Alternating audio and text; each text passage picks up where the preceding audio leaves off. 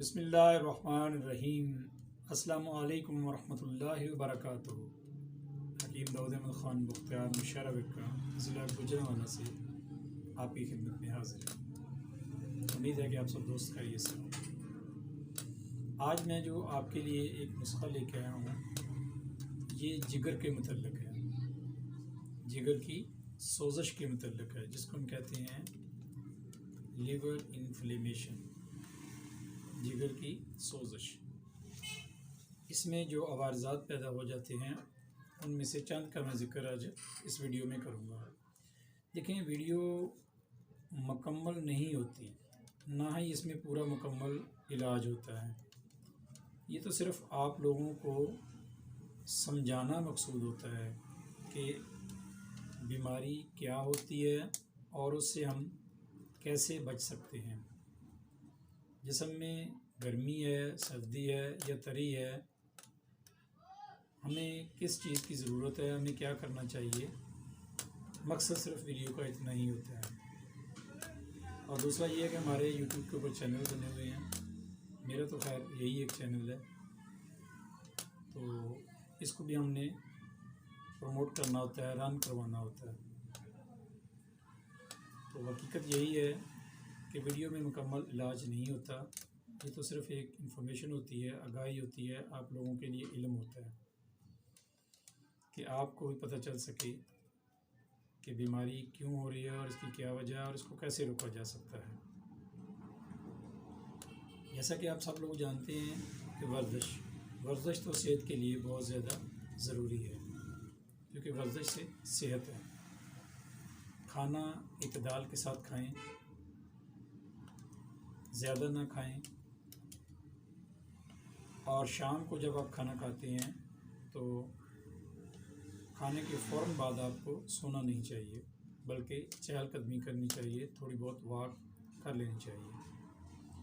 جو مسلمان ہیں وہ تو ماشاءاللہ جب نماز پڑھتے ہیں کھانے کے بعد تو ان کا کھانا کافی حد تک ہضم ہو جاتا ہے۔ یہ اللہ تعالیٰ کا ایک ہمارے اوپر خاص فضل ہے۔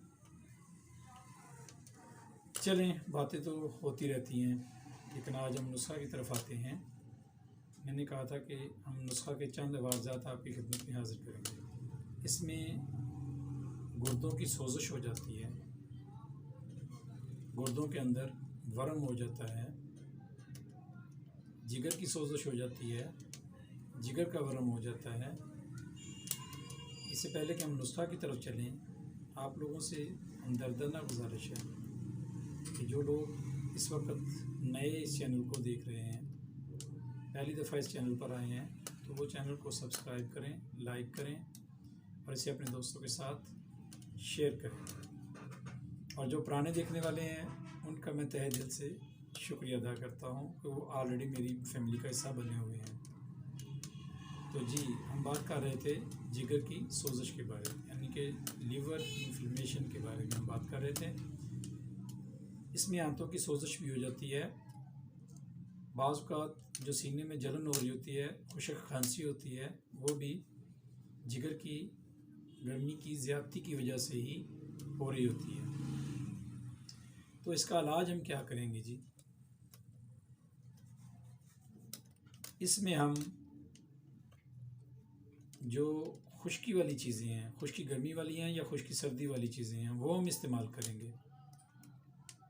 میں نے اپنی اس پلے لسٹ کے اندر ایک چارٹ بھی دیا ہوا ہے، اس کے مطابق آپ 2 نمبر اور 3 نمبر جو چیزیں ہیں وہ زیادہ استعمال کریں گے۔ تو نسخہ آپ لوگوں کی خدمت میں حاضر ہے۔ اس نسخہ کے اندر تیز پات ہے، نوشادر ٹھیکری ہے، کلمی شورا ہے، مرچ سیاہ ہے، بالچڑ ہے، زیرہ سفید ہے۔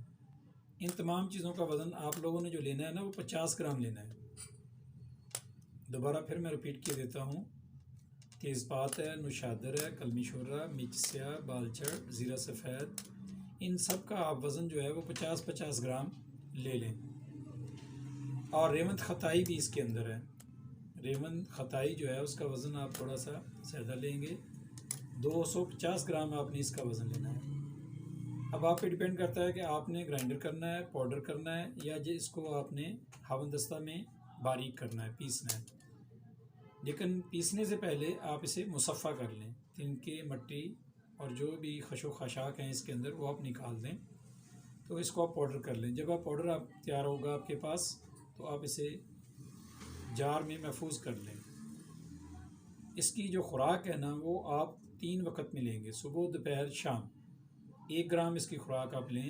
بہتر تو یہ ہے کہ آپ شربت دینار لے لیں، شربت بزوری لے لیں، لسی لے لیں یا تازہ پانی، جو آپ کو میسر ہے اس سے آپ اسے استعمال کریں، انشاءاللہ تعالی آپ کو فائدہ ہوگا۔